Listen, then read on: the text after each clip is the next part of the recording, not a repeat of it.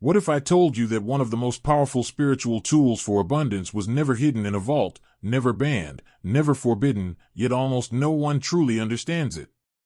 A single psalm. Read by millions. Quoted at funerals. Whispered in moments of grief. But rarely activated for what it was actually designed to do. For generations, those who understood its depth were cautious about teaching it openly, not out of fear of people misusing it, but because most people were simply not ready. And here's the truth: readiness isn't about perfection. It's about timing. And if you're watching this right now, this message found you for a reason. Many years ago, I found myself sitting across from a man whose presence alone carried decades of wisdom. He was an elderly rabbi in Jerusalem, 93 years old, nearly blind, and completely devoted to studying the hidden layers of sacred texts.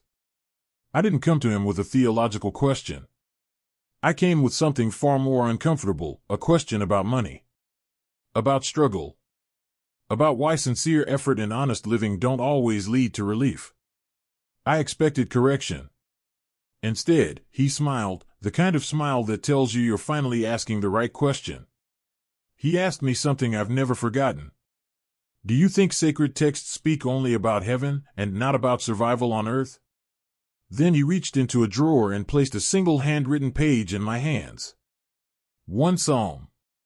He told me to read it 3 times, but only after understanding why it works. Without understanding, he said, words are just sound. With understanding, words become keys. That moment changed how I understood prayer forever. And if you stay with me until the end of this teaching, I will give you exactly what he gave me: the meaning, the method, and the timing. Let me ask you something honestly. Have you ever prayed for financial relief and felt nothing change? Have you worked hard, stayed ethical, done everything right, yet still felt stuck in survival mode? This isn't a failure of faith. And it's not because you didn't pray hard enough. The real issue is far more subtle. Most people are taught to approach abundance from a position of inner contradiction. They ask for blessing while quietly believing they are unworthy of it. That inner conflict blocks flow. You cannot receive what you subconsciously reject. Ancient wisdom teaches that the gates of prayer are never closed. Tears are always heard. But there is a critical difference between crying from pain and speaking from alignment. One comes from a wound. The other activates a key. Most people pray from inside their pain, unknowingly reinforcing it. King David understood something different. He discovered how to speak from alignment even while lacking externally. And he encoded that understanding into a psalm that has been read for thousands of years, waiting for someone to explain it correctly. Before David was a king, a warrior, or a legend, he was invisible. When the prophet arrived to anoint the next king, David's own father didn't even call him inside. 7 sons were presented, none chosen. Only then was David mentioned, almost as an afterthought, tending sheep outside. Yet the moment he appeared, the answer was clear. This is a pattern that repeats throughout spiritual history. The one overlooked by people is often already chosen by heaven. If you've ever felt underestimated or forgotten, you are standing in David's story.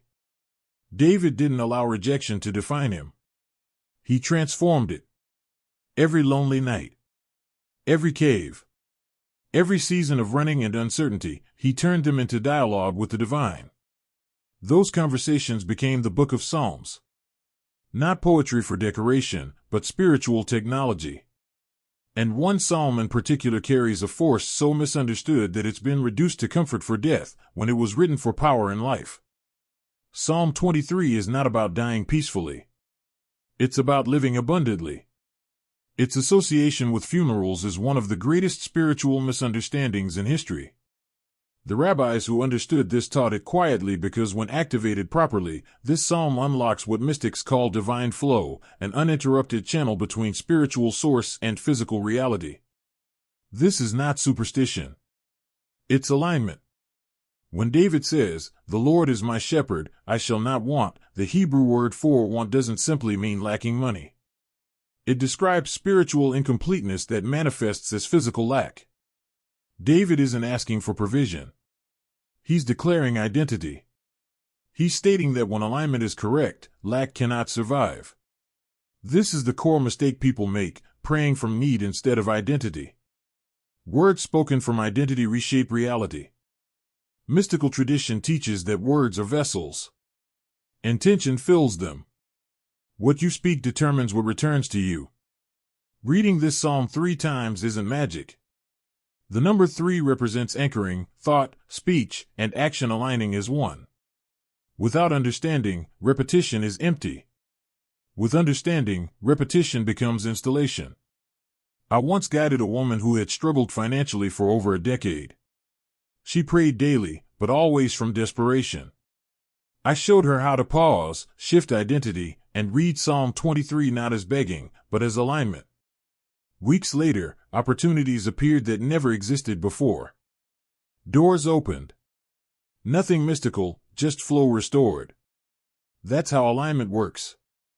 Psalm 23 moves through 5 states: trust, contentment, restoration, protection, and abundance. Each line activates a different layer of consciousness. The final declaration, "My cup runs over," is not a wish.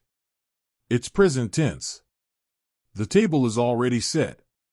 The question is whether you can receive it. This is where people misunderstand everything. They read the psalm as future hope. David wrote it as present reality. Abundance exists first spiritually, then physically. Your role is alignment, not begging. When alignment happens, reality follows. Choose 3 consecutive days. Preferably early morning before the world enters your mind. Sit quietly. Breathe. Release fear. Set intention, not asking, but aligning. Speak this inwardly: I am not praying from lack. I am aligning with fullness. Read Psalm 23 slowly 3 times. Pause between readings. Visualize provision prepared for you. Not greed, dignity. Peace. Stability. Know that struggle is not your destiny. On the 3rd day, add gratitude in advance. Thankfulness before results is the highest form of faith. It pulls the future into the present. The psalm ends with dwelling in divine presence, not wealth alone, but connection. When connection is consistent, provision becomes inevitable. David wrote, "My cup runs over" from a cave, not a palace. Alignment comes first, circumstances follow. Begin now. Read with understanding. Watch what shifts. Because it will. Not because of me, but because these ancient words were waiting for someone ready to activate them.